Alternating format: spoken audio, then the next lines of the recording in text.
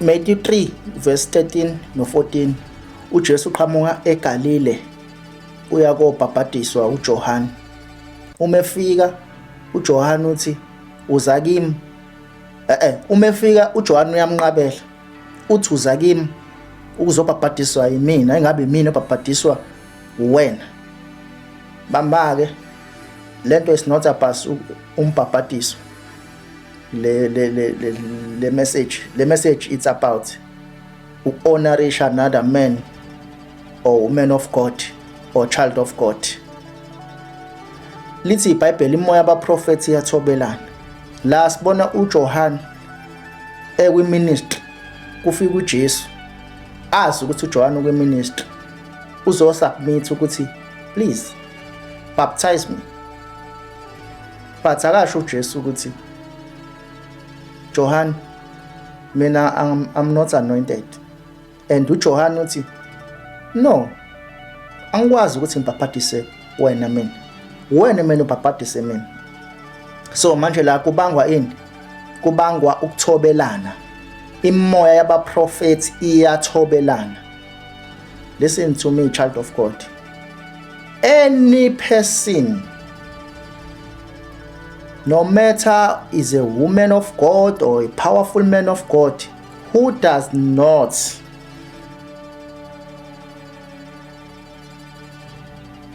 take you serious as a child of God, ungamthathi nawe serious, because umoya wabaprofethi uyathobelana. If umuntu akwazi ukukuthobela wena,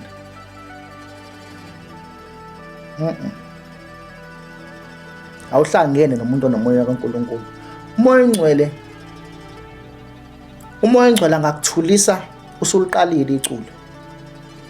Uma kukhona omunye oseliqalile, ningalibanga ukuthi nobabili nomba sefuna uqhubeka nelakhe. Why? Because imoya yabaprofethi iyathobelana. Umuntu owazi ukuthi uyena inkonzo ngeqhubeke yena engekho, bekhona abanye abaprofethi. Umoya kaSathane Lord, that is umoya wepride. Umoya wepride ukuthi yonke into ingawe in the house of God. Umoya wepride. Sikhuluma ngoJesu Kristu la. Wayazi nayo uJesu ukuthi angabhabhadisa uJohane. But mefika lapha yayofika ukuthi Johann, please ngicela ukubhabhadisa wena. Uyathoba ngoba uyabona ukuthi the man of God is busy. And uJohane akasho ukuthi phela uJesu umfice sengikhona endimeni. So uJohane no angikwazi ukubhabhadisa. Wanqaba. Wathi angikwazi ukubhabhadisa.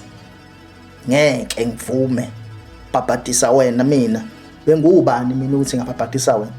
Uthi uJesu ngibhabhadisa. Wagcina embhabhadisile uJohane ngoba wevete sekhona endimeni. Kodwa noma ekhona endimeni, wena umoya okwehla ukuthi this person umuntu kaNkulunkulu. Siphila esikhatsini la khona noma ngabe kuthiwa umuntu kaNkulunkulu, kunama-cult amaningi ophenduka upopayi, uphenduka upuppet. Uma sekuhlangene abantu abayibiza ngokuthi bona ba-men of God, aba-worshipwayo noma ekusubmitha kubona more than ukusubmitha kuChrist. Mina ngithi suka nje kubantu abanjalo. Suka kubantu abazi ukuthi yonke into kaNkulunkulu izoqhamuka ngabo. Wena ayikho into eqhamuka kuwena. Uzazi unless ungakazazi. Kodwa mawuzazi, phuma labo bantu. Labo bantu bazokudestroya, bazokwenza ukuthi kuze kube ngazi ukuthi awunayo connection noNkulunkulu. Kanti udlale umuntu one-pride noma abantu abane-pride bekwehlisa isithunzi ngenxa yokuthi bona bafuna ukushayina, bafuna ukutrenda, bafuna ukubonakala ukuthi they are anointed, while in the house of God siyadingana. Indlebe idinga iliso njengoba somzimba kaKristu. Unyawo ludinga ikhala ukuze umzimba uphelele. So if wena wazi ukuthi wena will do everything, uyodlala ngeingane zasecrash. Uma umuntu ekuKristu uJesu isidalwa esisha, okwakudala kudlulile, bheka kuvela okusha. Vela okusha-ke manje, vela izinto ezintsha, and futhi lezi zinto uma ngabe zingeke zize zivunyelwe ukuthi zivele, uNkulunkulu unendlela yakhe yokuyiveza. Akekho umuntu ongayifihli into kaNkulunkulu uma ngabe isivela, isuke izoqhuma. Noma ngathiwa igqitshwe kwafaka ukhonkolo kwagqiba ngeke kufakwe insimbi kwaze kwakhiwa umuzi phezu kwayo, into kaNkulunkulu usuke izoqhuma.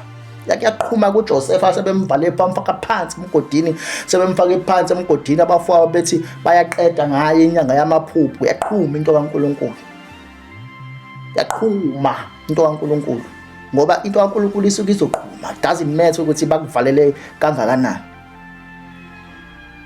Ngiyazi ukuthi ukhona engikhuluma naye, kodwa mina ngithi wena njengoba usumazi uNkulunkulu akafika ukukhulisa aphinda kwehlisa.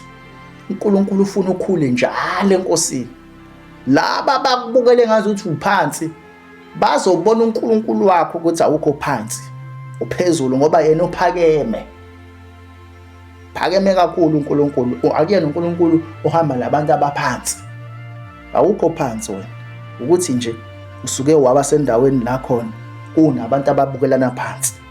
And wena you are rising, you are rising, you are rising in the name of Jesus. The Lord will make it happen when the time is right.